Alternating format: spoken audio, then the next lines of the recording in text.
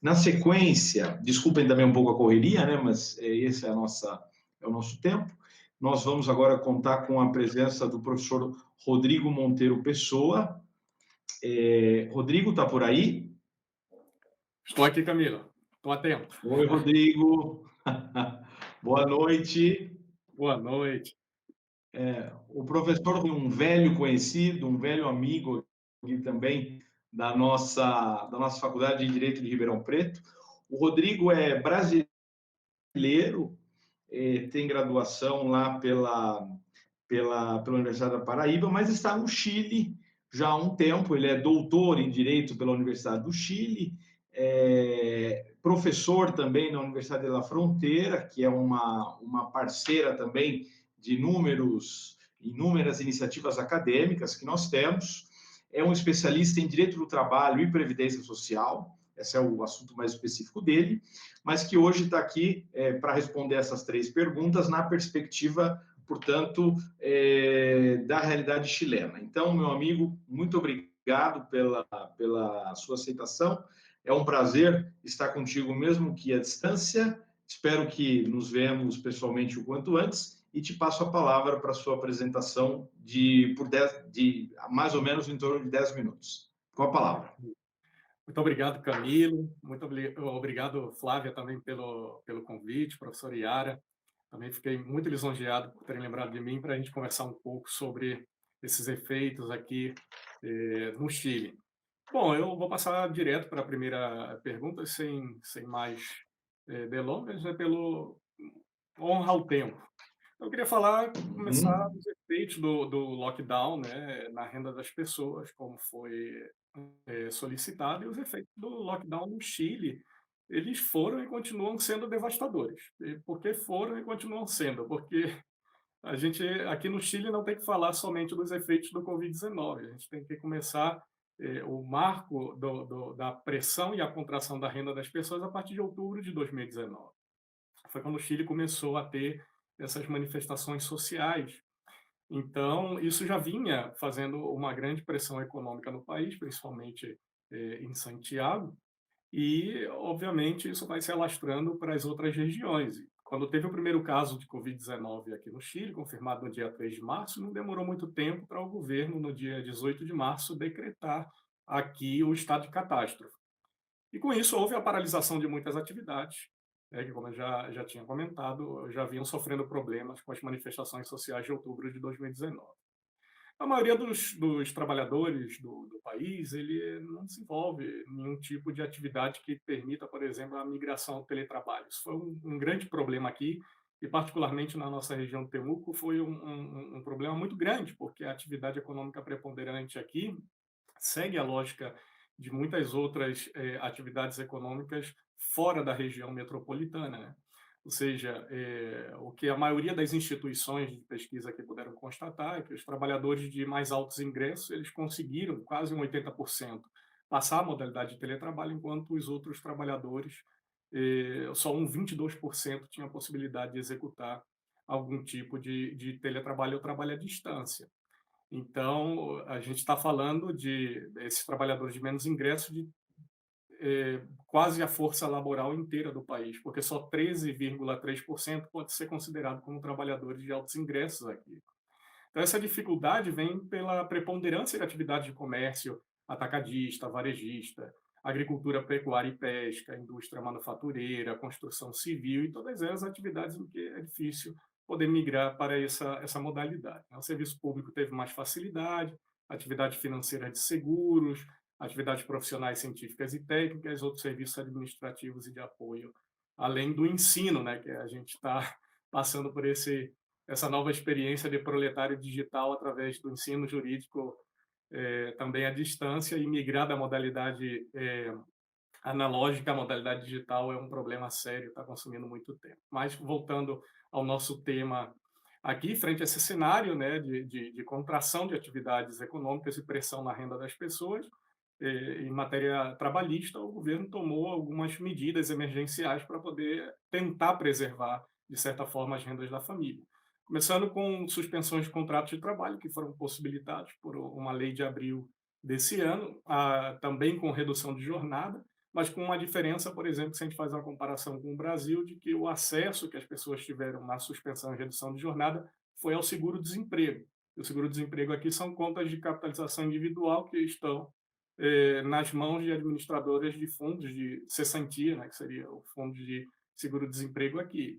A partir do momento que nenhum desses trabalhadores tem nas suas contas valores suficientes para poder utilizar essa suspensão, passaria a cargo de fundos solidários, que também vão sendo pagos pelo governo. Depois disso, a gente teve um auxílio especial, né, que foi pago por um valor único de mais ou menos R$ 350 às famílias de baixa renda, como parte do plano de emergência econômica.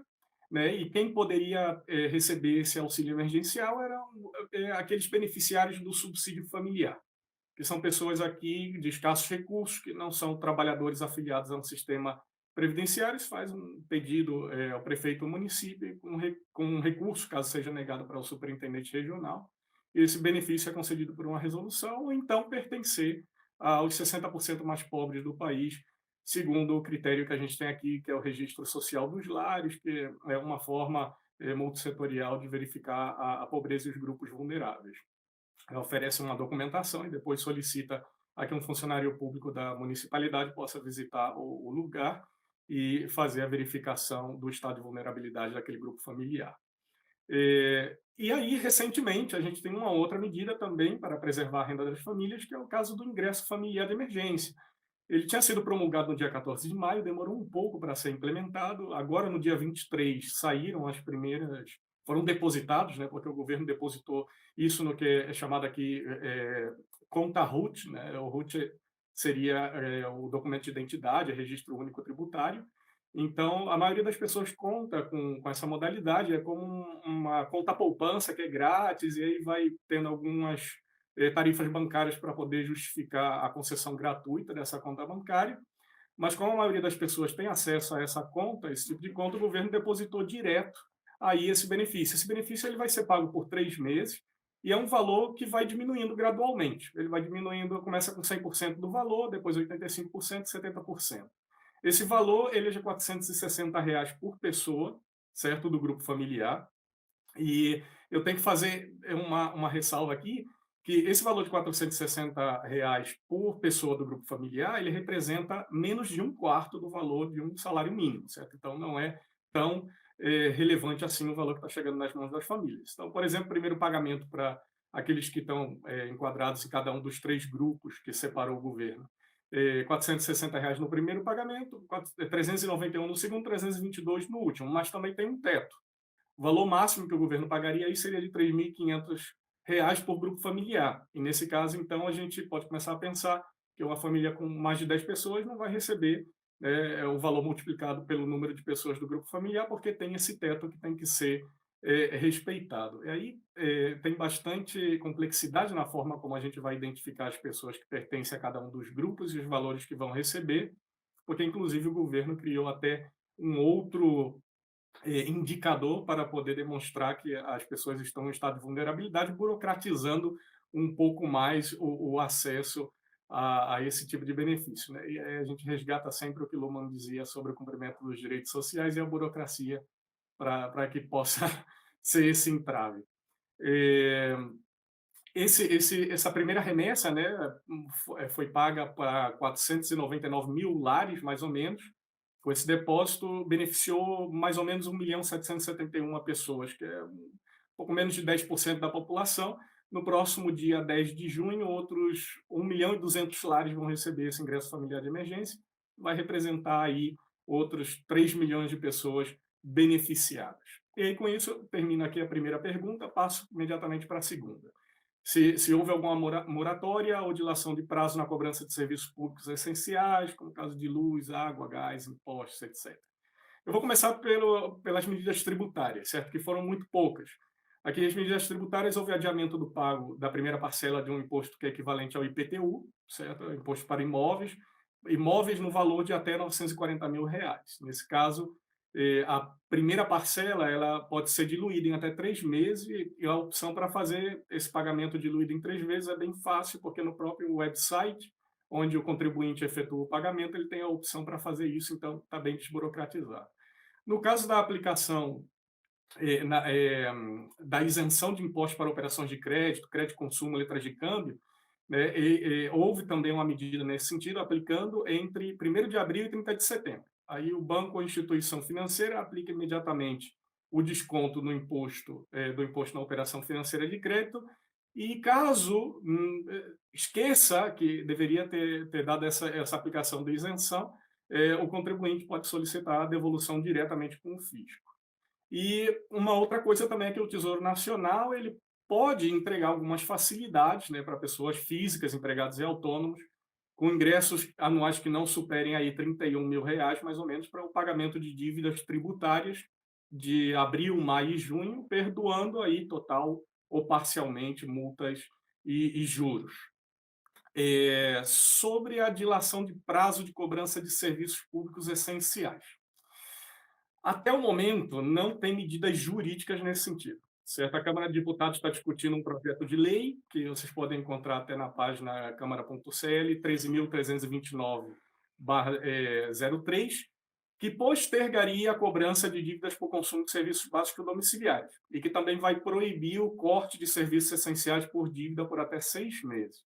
Mas isso não terminou, está em segunda tramitação constitucional, não tem outras medidas sobre a matéria até o momento, e a população está enfrentando problemas aqui para pagar os valores das contas pela contração dos ingressos familiares que a gente tinha anunciado anteriormente, e enfrentando problemas, inclusive, para o pagamento de contas online, já que a gente não tem a maioria das sucursais abertas e nem todas as pessoas têm acesso à internet ou não sabem como utilizar a plataforma para fazer pagamento online. E aí vamos entrar. Obrigado, Tânia. Vamos entrar na terceira pergunta, certo? Em relação aos contratos particulares, né, financiamentos bancários, escolas, agências de viagem, transporte, eventos, etc. Sobre contratos com escolas, centro de formação técnica e universidades, não houve suspensão pelo fato de que essas instituições ofereceram modalidades de aulas virtuais. Porém, o número de reclamações do SERNAC, que é o nosso equivalente ao PROCON, só que com bem menos prerrogativas do que tem o PROCON aí no Brasil, aumentou consideravelmente. Por quê? Porque a principal queixa é que as aulas contratadas eram presenciais e que a qualidade das aulas virtuais está bastante aquém do que era esperado por esses consumidores desse tipo de serviço de educação.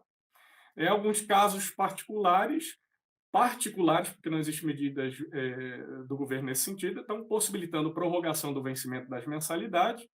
E quem está enfrentando os maiores problemas nesse sentido são os centros de formação técnica, porque eles concentram alunos muito vulneráveis, que geralmente trabalham em estudos e têm empregos precários e baixos salários. Ou então são alunos de uma população mais vulnerável que não tem possibilidade de pagar uma carreira universitária, já que a gente tem que lembrar que aqui no Chile as carreiras universitárias, inclusive as públicas, são pagas. Existe possibilidade de acesso através de algumas bolsas, foi ampliada isso no governo anterior, mas ainda assim aqueles que não conseguem alcançar bolsas de estudos têm que pagar as suas anualidades bastante caras. E sobre contratos de transporte, né, o Chile também fechou as fronteiras terrestres, aéreas e marítimas desde o dia 18 de março, sem que isso afetasse de nenhuma forma a entrada e saída de carga para garantir o abastecimento do país.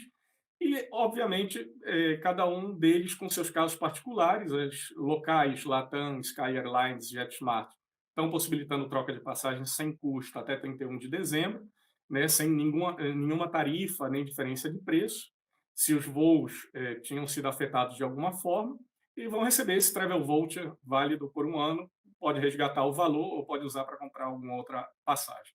Veja, a política está sendo utilizada em casos de cruzeiros marítimos, né, destaco aqui que eles estão indo um pouco mais além, então, permitindo a flexibilidade de mudança de viagem até dezembro de 2021, e algumas outras companhias, inclusive, estão disponibilizando alguns benefícios de cabine para que o consumidor não queira devolver o valor e não prejudicar ainda mais a manutenção desses negócios.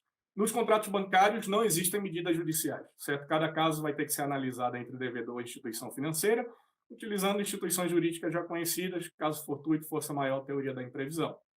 O governo fala em medidas para limitar algumas taxas de juros, mas isso ainda não passou de projeto. E eu queria fazer só 2 considerações finais.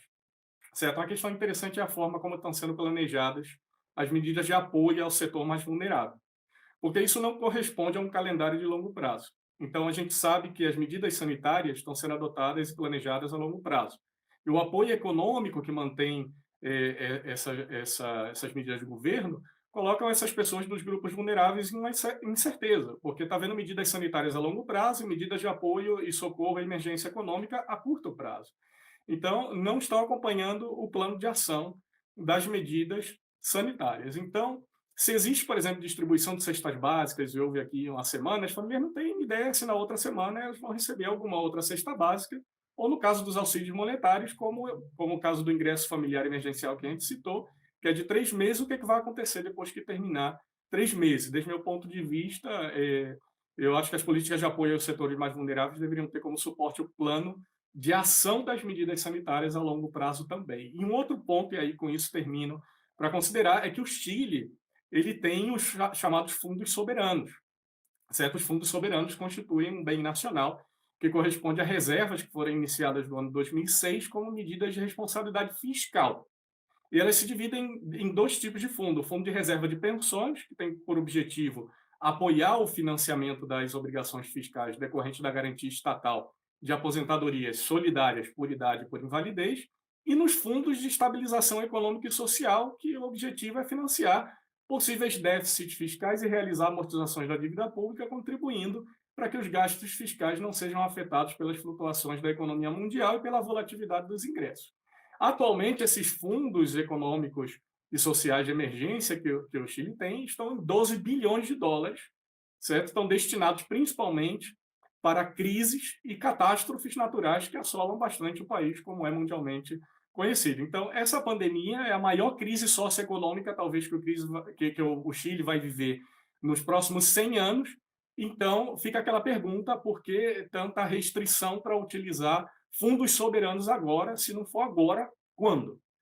Isso era tudo que eu tinha para contribuir. Fico aqui depois disponível se alguém tem alguma dúvida sobre os pontos expostos. Muito obrigado. Muito obrigado, Rodrigo, pela sua também, como sempre, claríssima exposição. Eu quero fazer algumas observações, talvez 3 delas, assim, muito rapidamente, para depois fomentar o debate. O que me chamou muito a atenção é o valor, né, que estão sendo pagos aí, comparando isso não só com o Brasil, mas com o próprio salário mínimo chileno, como você disse, e também para efeitos comparativos, nós brasileiros sabemos que o custo de vida no Chile é muito mais alto que o Brasil. Então, auxílios em torno de 350 ou 470 reais, me parece que é muito preocupante. E veja que isso tem a ver também com a outra questão que eu ia conectar, que é tentar olhar também um pouco o perfil econômico-político do país, né? A matriz política do país. Nós sabemos que o Chile é um país eminentemente liberal na economia, e aí isso tem a ver com a questão que você, na minha opinião, aponta muito bem, que é o por que não usar os fundos soberanos nesse momento, né? Então é uma ideia que depois a gente pode até desenvolver, a ideia do capital versus a dimensão humanitária que essa crise nos coloca. E me parece também muito interessante, embora você disse que os contratos particulares de educação estão sendo mantidos, há muitas reclamações. No Brasil, nós temos também uma situação muito parecida, o que mostra que se há uma certa sinalização que a tecnologia é o futuro ou que a educação vai ter que depender disso, me parece que esse é um excelente sinal de que nós precisamos melhorar muito nesse ponto. Então, te agradeço, depois espero que a gente possa debater ainda mais esses pontos. Eu vou avançando